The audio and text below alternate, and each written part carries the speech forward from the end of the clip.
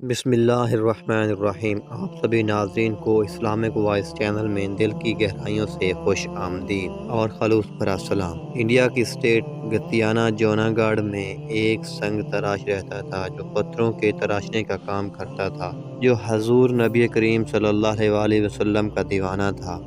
درود پاک سے اسے محبت تھی، کام کے دوران بھی وہ درود پاک پڑھتا رہتا۔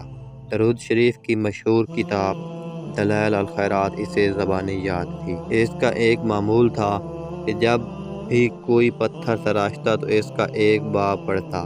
ایک دفعہ حج کے موسم میں قافلے مکہ مکرمہ کی طرف رواں دواں تھے تو اس کی قسمت کا ستارہ چمک اٹھا۔ ایک رات جب سویا تو دل کی آنکھیں کھل گئیں۔ کیا دیکھتا ہے کہ مدینہ منورہ میں حاضر ہے اور حضور نبی کریم صلی اللہ علیہ وسلم بھی جلوہ فرما ہے۔ سبز گنبد کے انوار سے فضا منور ہو رہی ہے۔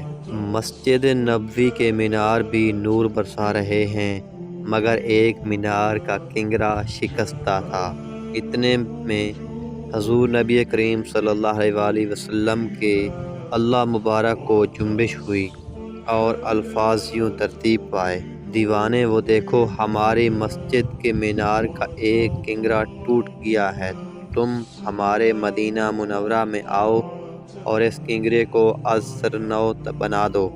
جب وہ سنگ تراش کی آنکھ کھلی تو کانوں میں حضور پاک صلی اللہ علیہ وسلم کے ادا کیے ہوئے کلمات گونج رہے تھے۔ مدینے کا بلاوا آ چکا تھا، مگر سنگ تراش کی آنکھوں میں یہ سوچ کر آنسو آ گئے کہ میں تو بہت غریب ہوں، میرے پاس مدینہ منورہ جانے کے وسائل کہاں ہیں۔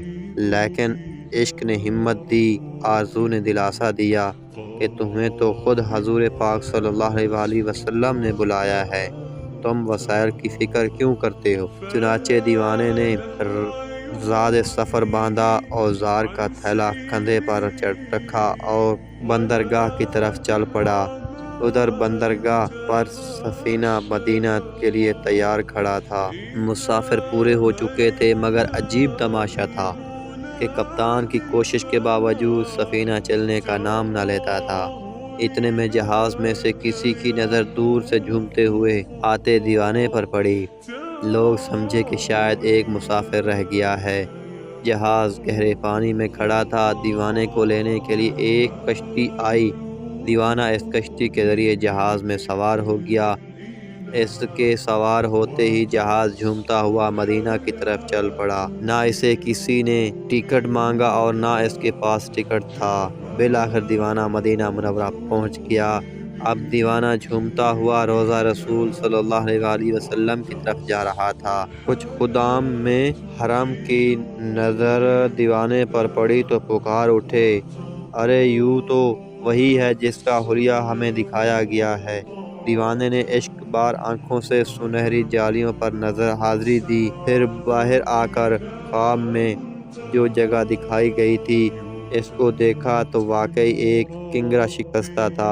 اپنی کمر میں رسی بندھوا کر خدام کی مدد سے دیوانہ گھٹنوں کے بل اوپر چڑھا۔ اگر حضور صلی اللہ علیہ وسلم کا حکم نہ ہو تو عرش گنبد و مینار پر جانے کی جرأت تو کیا ایسا کرنے کے لیے سوچ بھی نہیں سکتا، اور حسب العرش وہ کنگرا از سر نو بنا دیا۔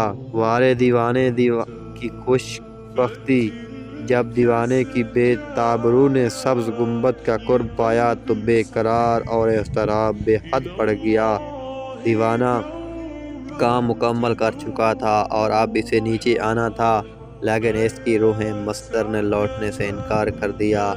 جب دیوانے کا وجود نیچے آیا تو دیکھنے والوں کے کلیجے پھٹ گئے، کیونکہ دیوانے کی روح تو کب کی سبز گنبد کی رونائیوں پر نثار ہو چکی تھی۔ دیوانہ دم توڑ چکا تھا۔ وہ بھٹک کے راہ میں رہ گئی، یہ مچل کے در سے لپٹ گئی۔ وہ کسی امیر کی شان تھی، یہ کسی غریب کی بات ہے۔ جب تیری یاد میں دنیا سے گیا ہے کوئی، جان لینے کو دلہن بن کے فضا آئی۔ وارے کیا قسمت تھی اس عاشق رسول صلی اللہ علیہ وسلم کی، جسے سرکار نے خود اپنے روضے پر بلایا، اپنے دربار میں بلایا اور اس کی روح اس عظیم مقام پر پرواز کر گئی جہاں پر جانے کے لیے لوگ بےتاب ہوتے ہیں۔ امید کرتے ہیں آپ دوستوں کو ویڈیو پسند آئی ہوگی، اسے اپنے دوستوں تک ضرور شیئر